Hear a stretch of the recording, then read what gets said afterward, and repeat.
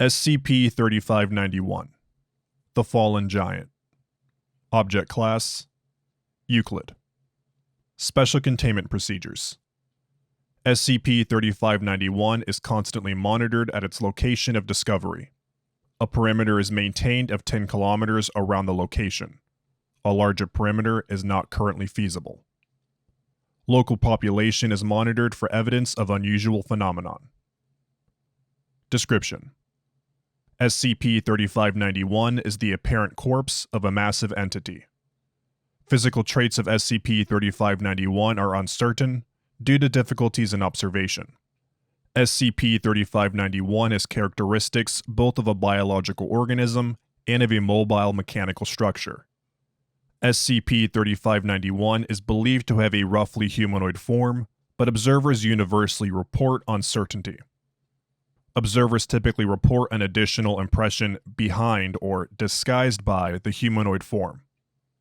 Common imagery includes a fallen tower, a moving chasm in the ground, a spacecraft resembling a cetacean or other large animal, a faraway figure with its back turned, and a partially broken moon.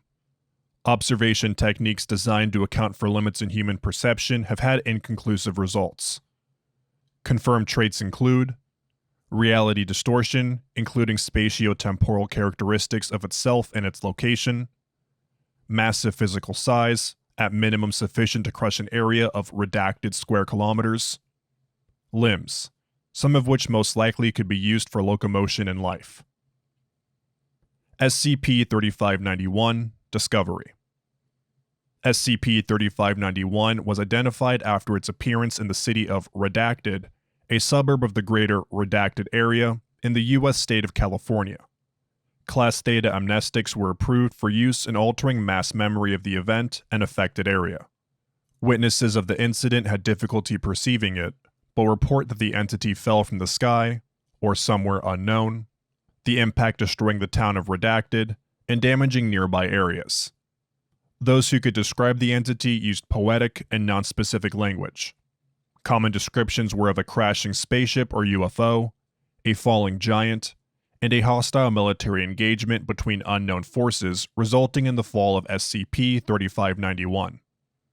No military forces, including anomalous forces, were known to be present at the time of the incident. A subset of witnesses recalls watching the entity die. Witnesses cannot specify details of this occurrence.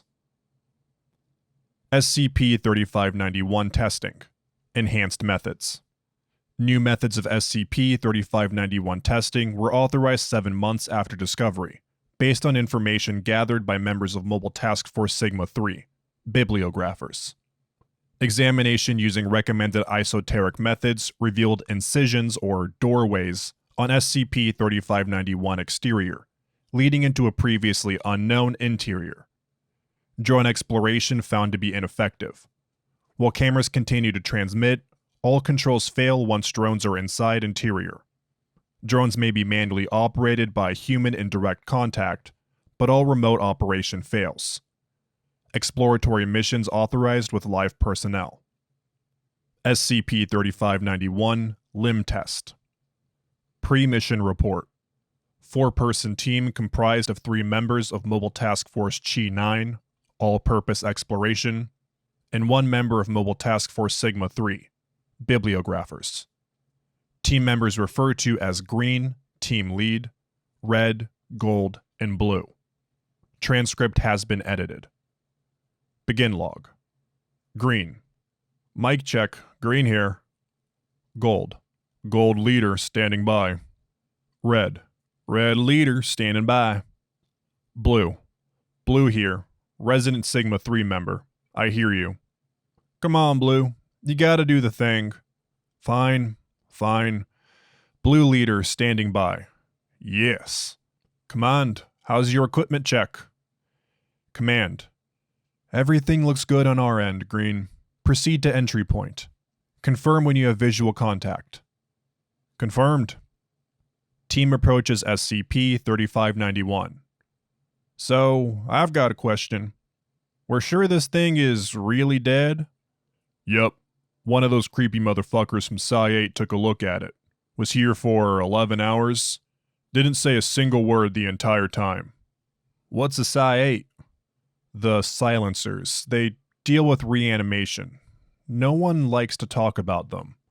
Reanimation? Like zombies? No, they're an esoteric task force, like Sigma-3.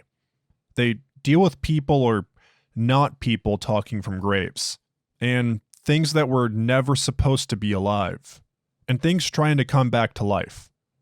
So, like zombies. Blue audibly sighs.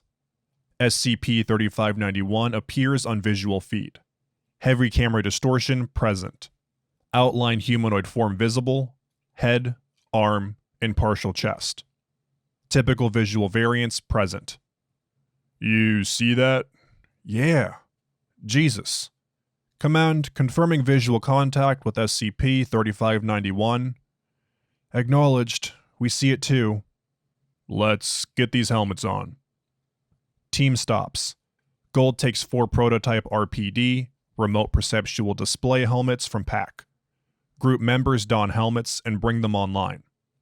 Audio-visual feeds for green, gold, red, and blue display successfully at command location. Command confirming RPD devices ready to go. Ready for systems check.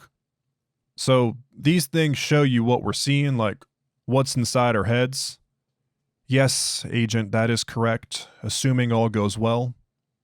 What are you, stating it for the record? Dude, all of you, tell us what you're currently seeing. Red, you first. I see a giant face and a giant arm. Can't make out the rest of it. Jesus, I didn't expect it to be so big. Audio-visual feed for Red confirms this imagery. What is the appearance of the face? Like a giant that Jack killed. Looks like a human, but not quite. I can't put my finger on the difference, but it's definitely there. Like it might have bug eyes and feelers at any moment. I know it's very still, like corpse still, which I guess makes sense, but damn. Check. Gold. I see a starship. Not sure how else to put it. Not like a real space shuttle, like a starship from an old sci-fi novel. Or maybe Star Trek? Big sweeping curves. From our perspective, it looks like it's got a curved wing closest to us. Probably equivalent to the arm that Red's seeing. I can see the front further up where Jack thinks the head is. Reminds me of where I'd expect a command center to be. Looks like it's scarred, battle damaged. Honestly, it's kind of breathtaking. Audio-visual feed for Gold confirms this imagery. Check. Green. I'm seeing a roughly humanoid form, which looks like it's superimposed over a fallen tower. I recall this imagery from the report we read. The fallen tower has an aesthetic that reminds me of a ruined medieval castle, but, futuristic in a way. Or perhaps alien. Audio-visual feed for Green confirms this imagery. Check. Blue. It's hard for me to pin down what I'm seeing. Seems like it's shifting. My impressions start with a moving city, half broken, made from crystal and brightly colored enchanted stones. I'm also getting a void in reality, a dead snowy forest, and a huge, infinite pit with the cracked glass pathway over it. The pathway seems present across all my impressions. I'll pay attention to it. I also get the strong feeling that this is only a small fraction of the entity, like, we can only see the tip of the iceberg. And I get the impression that it would be moving around a lot more if it wasn't dead. That's all for now. Audio-visual feed for Blue confirms this imagery, shifting and blurring between described images. Dang, I wish my shit was as complicated as that. No, wait, no I don't. Check, thank you. Go ahead and proceed, team. Team proceeds to previously located entrance into SCP-3591. Team stops to unpack drone equipment and take readings on entrance. Team, go ahead and give us another imagery confirmation. What do you see? Looks like a gaping wound. Would be bloodier if it wasn't dead. I see a kind of incision, but also a stone doorway. Stone doorway is crumbling, damaged, but looks stable for the time being. Looks like it took hits from catapults during a siege, though I'm certain that's not literal. I just see a damaged spaceship entrance now. Charred like from, I guess, blaster bolts, phasers, whatever. I still have the vague impression of the humanoid form, but it's like it's faded out. The spaceship looks pretty cool.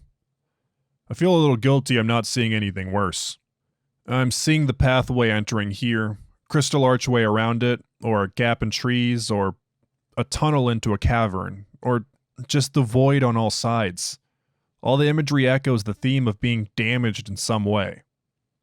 Audiovisual feed confirms imagery. What happens if you fall off? I'd rather not find out. Thank you. Let us know when you're ready to proceed into the anomaly. Green and Gold have finished setting up drone systems. Drones are scanning areas around SCP-3591 entrance. Command, ready to enter the anomaly? Go ahead, Green. Be cautious, please. We don't want to lose any of you in there. Team proceeds into SCP-3591 entrance. On the main feed, camera distortion increases until visibility is extremely low.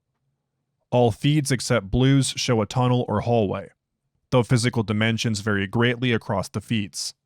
Red shows dull red, shriveled organic material, with slow seepage of dark red and black fluid. Greens shows a high cracked tunnel of carved stone with scattered rocks on the ground. Gold shows a dimly lit metal hallway with open circuits on the walls hinting of futuristic technology. Blue's imagery flickers too quickly to resolve. Gross, I hope this stuff isn't real. How bad is it? It's just leaking. Blue, I'm not sure our connection is stable. Having trouble focusing, Command. I think it's my extrasensory perception training. Something about this entity is really lighting up my brain. It won't resolve. Anything you can do about that? Not sure. I don't know if this is some kind of defense mechanism or if what I'm seeing is more accurate in some way than what everyone else is seeing. Any ideas on what we're literally seeing? Sorry, I'm not even sure what kind of anomaly this is. I don't think it's what the anomalous community traditionally calls magic. If it's even of our reality, it's doing a good job hiding it. Gold uses the drones to advance along the hallway, trying to scan and verify actual physical dimensions of the interior space. What's it mean if it's not of our reality? If it's from our reality, at least local reality, we should have some way of comprehending it. Even if it's serpent hand style magic, or with esoteric techniques, or whatever we're calling them now. The Foundation's gathered quite a lot of these things, and Sigma 3's been allowed to play with a lot of them over the last few years. We should be able to figure something out. But if it's not from our reality, what? We go mad from the knowledge? Not necessarily. Does an ant go mad if it sees a human? Audiovisual feeds display spike of interference, showing distortion that blots out most audio and video for approximately 51 seconds. When the feeds resume, the team is still in the same location, but the drones have advanced along the hallway, reaching a bend in the corridor. Team members are staring at each other, with expressions of surprise visible behind their helmets. It's gone. We lost you for almost a minute there. Did something happen? We felt an unusual feeling. The sensory input was unclear. We all perceived what might have been a noise. Kind of like an echo. Had that feeling to it. We can't be certain what happened. Understood. Do you want to abort early? Feed shows teams shaking heads at each other. Not yet, Command. We're still running tests. I'm not getting anything consistent from these drones, though. They're certain there's physical matter here, but they're constantly giving me different readings. As if it's changing, but the drones aren't detecting any expansions or contractions. They're just returning errors and then updating. Audiovisual feed displays another spike of interference. Distortion blots out most audio and video for approximately 63 seconds. Feed resumes. The team is still in the same location. Can you hear us? Yes, we just experienced the same phenomenon as the first time. Guys, is it just me or is this place getting smaller? Audiovisual feeds do not immediately display signs of the environment becoming smaller, though post-mission feed analysis verifies that this has indeed been occurring since the second interference spike. Drones aren't catching anything like that, but they're pretty useless right now. I feel it too. Wait, look. Blue walks to the bend in the corner and looks around the bend. The others follow. See? Oh, fuck. Blue's feed shows a glass path slowly fracturing, pieces falling into a void, a forest collapsing in on itself, crystals dissolving into a white void. Green's feed shows a cave-in, with rocks slowly tumbling forward, advancing. Gold's feed shows a rip in the spaceship's hull, opening to outer space, an unfamiliar star system. Red's feed shows the tunnel shrinking down to a single point. This single point has a rapidly growing scab-like material. Hey, you hear that? Audiovisual feed displays another spike of interference. Distortion blots out most audio and video for approximately 11 minutes and 13 seconds. Visual feed resumes. No audio. The team appears to be running and shouting in the vacuum of space. No details are visible in the landscape, only blackness. An unseen, unknown light source illuminates the team dimly. Their features can be barely made out. However, they are clearly still running on solid ground. Feeds are lost again. 36 minutes and 43 seconds pass. Feed resumes as team emerges from SCP-3591, panting from exertion. Most of their equipment has been left behind, except the perceptual helmets. End log. Post-mission report. All team members recovered well after medical attention. No team member was able to recall or report what occurred after Gold's question, "Hey, you hear that?" No team members were able to recall what prompted Gold's question. Audio feed picked up no unusual noises.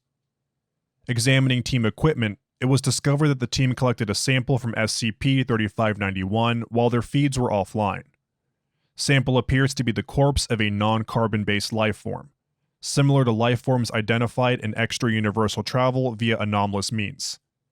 Creature is the size of a small dog, possesses 13 legs and a chitinous exoskeleton. No head appears to be present. Context of the creature is unknown. Correlation with existing SCP and anomalous objects have been found, and analysis is underway. Around 2 days post-mission, entrance into SCP-3591's limb was discovered to be closed. SCP-3591 Body Test. Pre-mission report. Same 4-person team as initial, volunteer basis despite offer of reassignment. Test aimed to explore known entrance into SCP-3591's apparent body cavity. Mission control communication with team was largely impossible due to severe feed connectivity problems. Partial audiovisual feed was still collected and transcribed below. Begin log.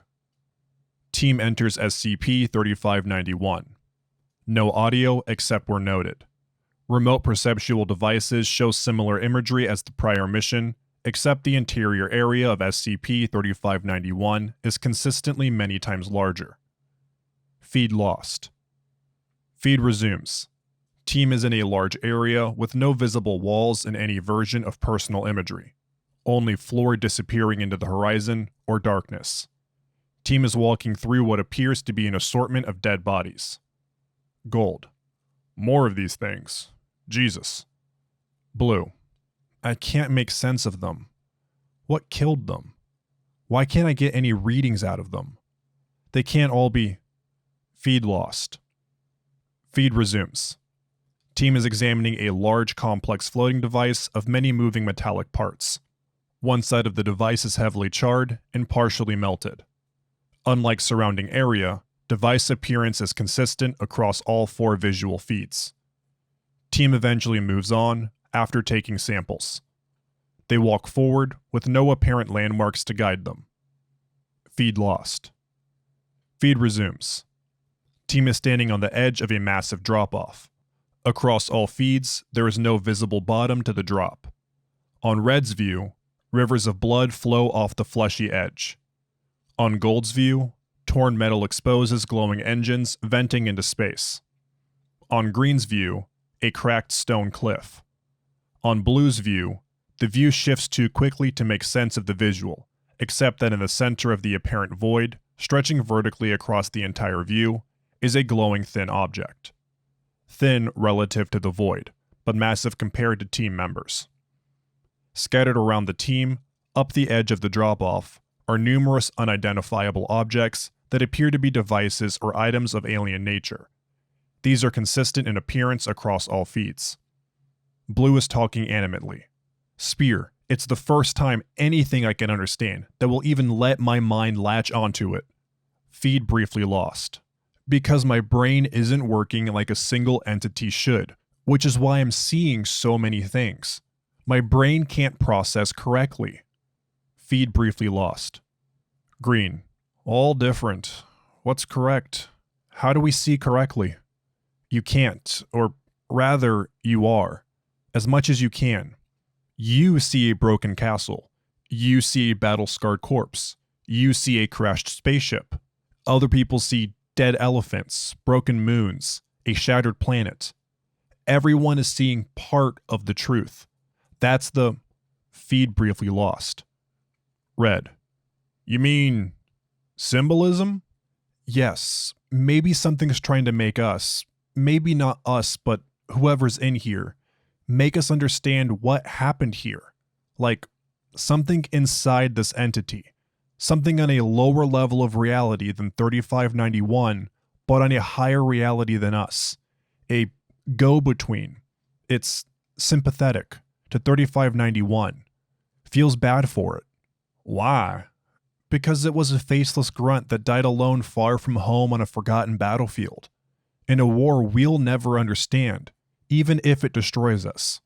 Because it will be forgotten by its own people and never understood by the lower civilizations. The creatures like us crawling up in a body we can barely see. It's grief, regret, loneliness, the senselessness of, I don't know. Everything that happened, and everything that will happen, and everything that will never happen. Wow, you're getting a lot from a giant spear of light. It's shrapnel from whatever killed it, symbolized as broken pieces of a spear. I can understand only because of my Sigma 3 training. Its psychic impressions have been simplified just enough that someone like me can just barely understand it. Feed briefly lost. On. Can you feel that? Are you not hearing, are you getting the same, I think, I know what you mean. Oh God. I don't hear, wait. Audio picks up what seems to be a distorted low roar. Feed lost. Feed resumes. All 4 team members are laughing and talking to unseen entities. Team members do not appear to be speaking words in any known language, and speech appears to be nonsense or indecipherable. No audio. Heavy visual distortion. Feed lost. Feed resumes. All 4 team members lie on the ground. No signs of life. Feed is intermittent for approximately 12.5 hours before being lost again. Feed resumes after 3 hours. Team exits SCP-3591 alive. While shaken, they seem to be uninjured and are collected after decontamination for examination. End log. Post-mission report. Team members recall little of what happened inside SCP-3591, including events recorded via feed. Integrity verification techniques determine that these are in fact the original team members, and that they did in fact die for between 13 and 16 hours, before returning to life by unknown means. Team members universally report A. Going through an event which had such a drastic mental effect that it killed them, but which they cannot recall the details of. B. Recalling living entities inside SCP-3591, some potentially dangerous. C. Having spent approximately a week inside SCP-3591, despite only 23 hours having passed outside. And D. Feeling a strong personal drive to revisit SCP-3591, Blue citing anomalous ritualistic reasons as justification for the request being granted. After mandatory 3-month leave, request for final mission granted. SCP-3591 Head Test. Pre-mission report.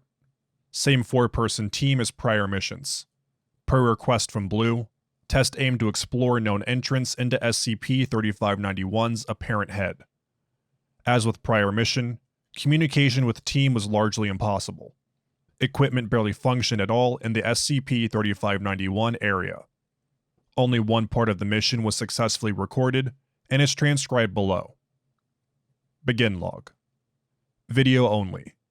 Team has just walked through an entryway into a network of small rooms. Nothing can be seen through the entryway on any feed except distortion and static.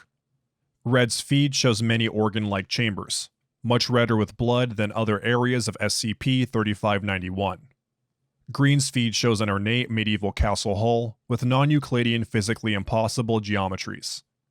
Gold's feed shows something like a spaceship command deck, complete with empty captain's chair. Blue's feed shows a grove of trees in a snowy forest, many fallen to the ground, focusing on whirls of knotted wood, and/or a spiraling glass path over a black void, with the end off camera, and/or rooms full of devices of multicolored crystal. All feeds show numerous examples of alien devices with unknown function.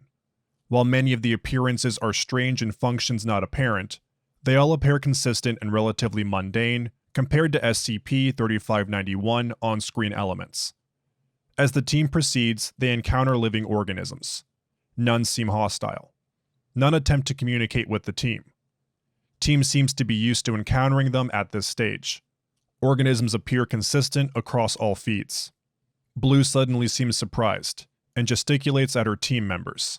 She leads team members to a side room with a table-like structure on it. A living human being is comatose underneath the table. Human is naked and has no significant identifying features. After a short discussion, the team lifts and carries the human out of the area. Feed lost. 3 days pass. Feed resumes. Team members Green, Red, and Gold emerge from SCP-3591, still carrying the comatose human. Red is severely injured, exhibiting slashing cuts across her torso and left arm. Team members are taken in, decontaminated, and given medical attention. End log. Post-mission report. As before, team members recall little, despite bringing many samples. Red claimed that Blue sacrificed her life to save Red, even though Red was supposed to die. Team members remember almost nothing else, including the portion recorded on the feed, except the fact of having recovered a comatose human and the death of Blue. After 1 month and 3 days passed, team member Blue emerged from SCP-3591 with severe but healed injuries similar to Red's. Blue similarly remembers little, but claims to have data expunged. See Interviews. SCP-3591 Extra-Universal Investigation. By order of O510, SCP-1985 was temporarily assigned to gather information about SCP-3591's risk and context. Note: for those of you who do not have access to SCP-1985's file, SCP-1985 is able to travel to other universes that are undergoing doomsday and/or restructuring scenarios related to a specific item. Any universe SCP-1985 traveled to was, in theory, going through an apocalypse caused by or related to SCP-3591. Site-19 Director Tilda Moose. Earth nearly identical to our own, with SCP-3591 present, dead, inactive. Ongoing apocalypse cannot be precisely identified. Low-level reality shifts present. Effects not identified. 5 variants discovered. Earth nearly identical to our own, but stripped of human life through an apparent mass death event. Presence of SCP-3591 verified. Dead, inactive. Exact connection could not be verified. 7 variants discovered. Earth nearly identical to our own until 7 to 23 months prior to SCP-1985 arrival. Recovered Foundation data caches indicate sudden widespread devastation by invisible unknown forces. Connection to SCP-3591 theorized due to similar anomaly analysis readings, but SCP-3591 remains dead and apparently inactive. 15 variants discovered. Earth is broken in half and uninhabitable. Most of atmosphere gone. Cause not identified. Exact strike location varies. Presence of SCP-3591 verified. Dead and active.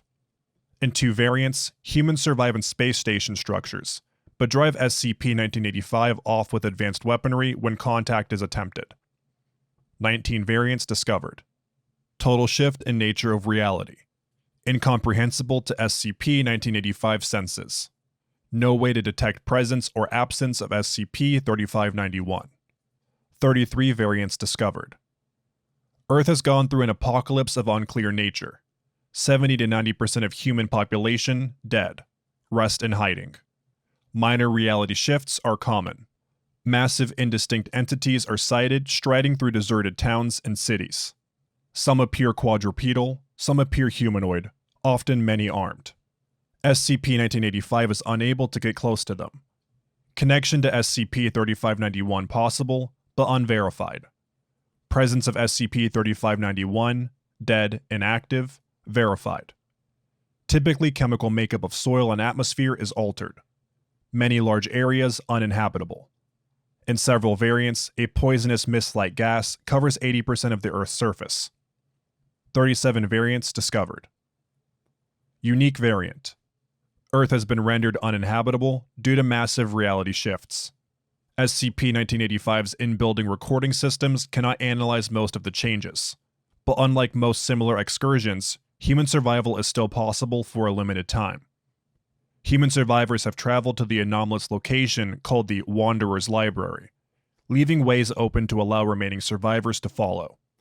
SCP-1985 is able to enter an outer ring of the library and converses with survivors and library inhabitants. Presence of SCP-3591 verified. Dead and active.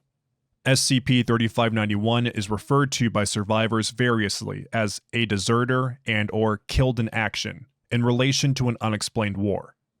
Inquiries are met with claims that the war should not be discussed and has nothing to do with any humans.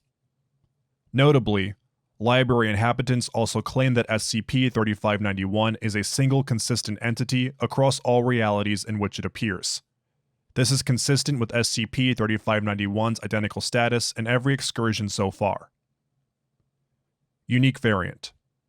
Apocalypse not apparent or identified. Identical to present Earth, except for presence of unusually active Foundation personnel who immediately contact SCP-1985 upon arrival. Foundation personnel unusually angry and disturbed to encounter SCP-1985 and disbelieve explanation of SCP-3591 investigation.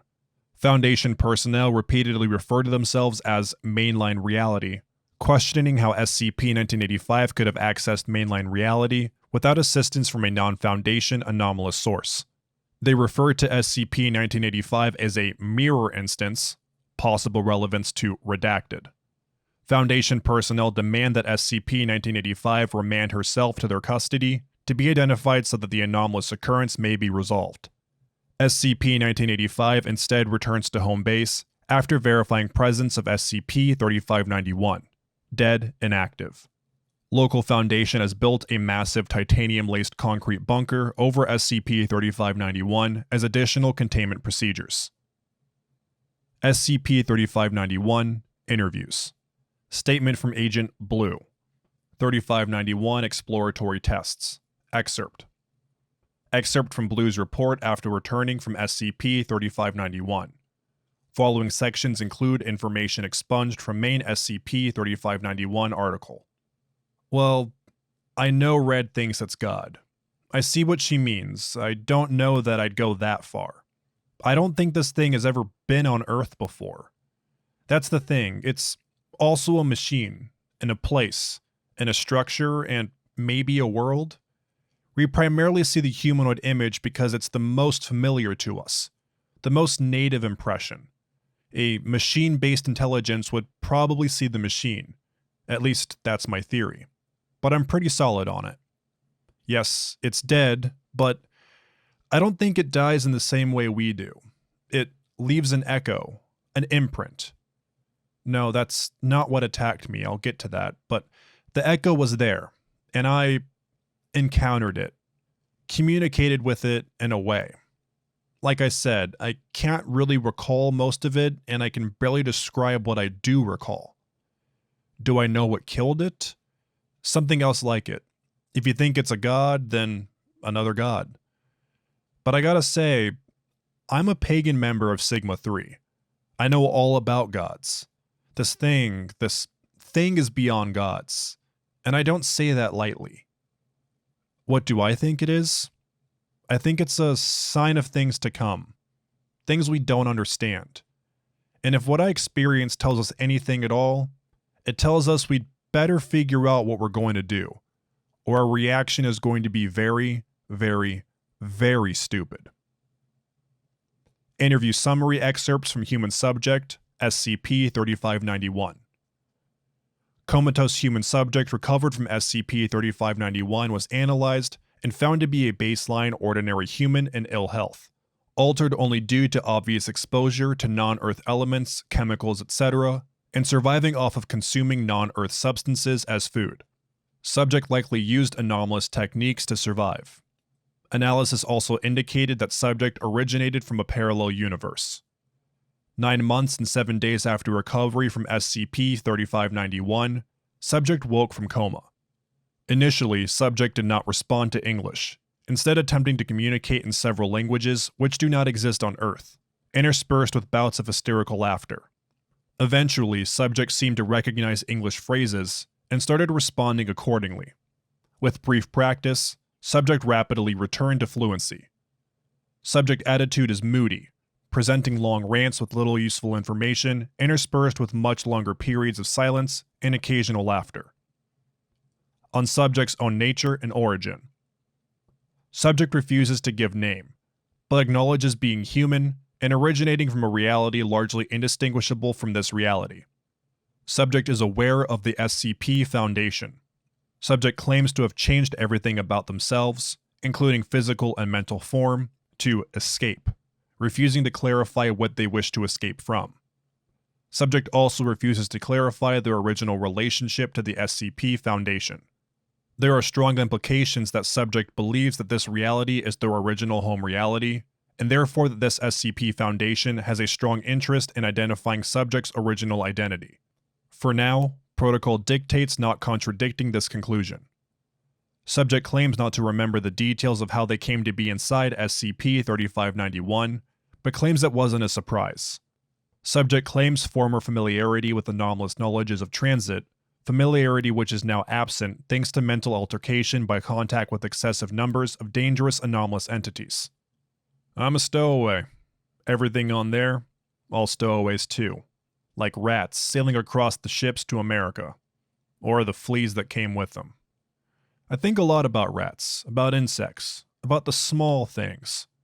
I will not crush a bug, not even a roach, or a flea.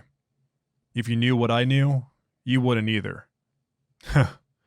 No, I'm not saying they are. What's the word? Sentient? Fine. Sapient. Fine. You know what I mean. I'm just saying, I know how they feel. Or would feel, if they could. On the nature of SCP-3591. I can't explain it to you directly. Just showing you the things I've seen would break your mind right in half. Trust me, I've been there. And for what? You don't get it. This thing, this giant, it's not special. A woman steps on an anthill. Maybe she's a little startled. A week later, she forgets. To the ants, this woman was the biggest thing that ever happened to them. To anyone they ever knew. But the woman isn't special. The world is full of things bigger than the woman. It's just that the anthill is even less special. When asked to elaborate on the potential dangers of SCP-3591. It's not dangerous, it's dead. I guess, yeah, it's still dangerous as hell, but not on purpose. If you have data telling you it caused some apocalypses, you should probably re-examine that data. This thing ain't causing any ends of the world. Not on its own. when asked to elaborate on what caused the death of SCP-3591. What killed it? The war killed it. Subject initially refused to elaborate, but a week later, when pressed, gave their longest answer yet. There's a war being fought by things you and I can't even understand. This thing I hitched a ride in. You're only seeing a tiny fraction of it. It's bigger than God, to you, to us. But in the war, the real war out there, on the universal scale that matters, this super deity is the lowest of the low, a faceless, forgettable army grunt. It doesn't have any great and special reason for being there. It was killed in battle and fell to earth, and that's it. Your problem isn't that you can't stop seeing this thing correctly. That's impossible. And it only bothers you because you won't stop trying. Your problem is perspective. What's the word? Zoom out. Zoom out farther. There's a war out there. Yeah, we all heard about wars in history class. Once upon a time, an army was fighting a war. Few of them had any idea why they were fighting. All forces bigger than they were. They said it was a war to end all wars. They were wrong. But I don't care about that. I care about the ants. Sorry. Right. Where was I? Right. World War I. I think about World War I like I think about rats on ships. I think about when the soldiers saw the mustard gas for the first time, how they didn't even know what to do. The world had changed underneath them, and they were going to die horribly, and they couldn't do anything to stop it. I can't imagine what the soldiers, even the civilians, what they must have felt when they saw that first tank roll through. The first tank in the world. Can you imagine? But I'm telling you, we're not the soldiers. We're not driving tanks. We're not even the civilians watching as their homes burn. We're the rats. The rats and mice whose nest the tanks crushed on the way to the battlefield somewhere else. We're the rabbits whose burrows were accidentally filled with mustard gas. We're the bugs the soldiers crushed under their feet on their way back to the trenches. The rats, the mice, the rabbits, the bugs, they may all believe the soldiers and tanks were all about them, that they all existed to destroy them. They're all stupid, just like we are. Just like you are. Fuck it, I'll just say it. Give away my big fucking secret. Fine, you got me. Not like you didn't know all along. Don't play coy, you miserable shit. Please, let's just put all our cards on the table. Yes, I know about the worm. I know about Project Palisade. I know everything. See, what I'm really talking about is the worm. The worm. Do you still say it in all caps? I bet you do. I know what you think the worm is. I know because I used to think it. That it's some kind of god, some kind of ultimate destroyer. Well, it's not. It's more like one of those drone strikes the US government was always doing when I last checked out of this reality. The one that always missed and hit some poor random civilian. The worm wasn't ever aimed at us. The gods above gods fired it at something actually important and missed. Honestly, from what I've learned out there, the worm isn't even on the level of a missile. No, it's basically a rock. A rock thrown in a war using bullets and tanks and nukes, and it just so happened to ricochet in our general direction. And because we're human, which makes us shitty, because of being Foundation, which makes us even shittier, we devised a way to keep the rock bouncing mindlessly around us, maybe forever. Ramping up the damage exponentially, sure, but at least we survive a little longer. Just a little longer. Everything you've done, your entire project, all to bounce a rock around, because we aren't even on the same level where we could just step out of the way. So I left. Can you blame me? Goodbye to Palisade. Goodbye to humanity. Someone like me can survive out there a long time, away from the firelight, out in the dark. So I thought. You're not still pretending to be confused. Oh, fuck, you're not the original at all, are you? This thing you're calling 3591, it crashed across many worlds. So, I didn't come out where I thought I did I? You weren't pretending after all. This whole time, you're just another offshoot. After the exchange above, subject ceased talking and was unresponsive to any attempts at communication for 13 days. Afterwards, subject has refused to discuss any subject related to SCP-3591 or the above topics. No references to Project Palisade have been located in any current Foundation archives. Thank you for listening to SCP-3591, The Fallen Giant by the Deadly Moose. If you enjoyed this SCP, please like and subscribe, and follow the link in the description to the SCP Wiki, and vote it up to support it and the SCP Wiki as a whole. Also, as you may have noticed, sounds a little bit different. I got a new microphone for Christmas, and I'm putting it into use. Please, leave a comment below, let me know anything about it that you may not like that you do like. I'd like to hear from the audience.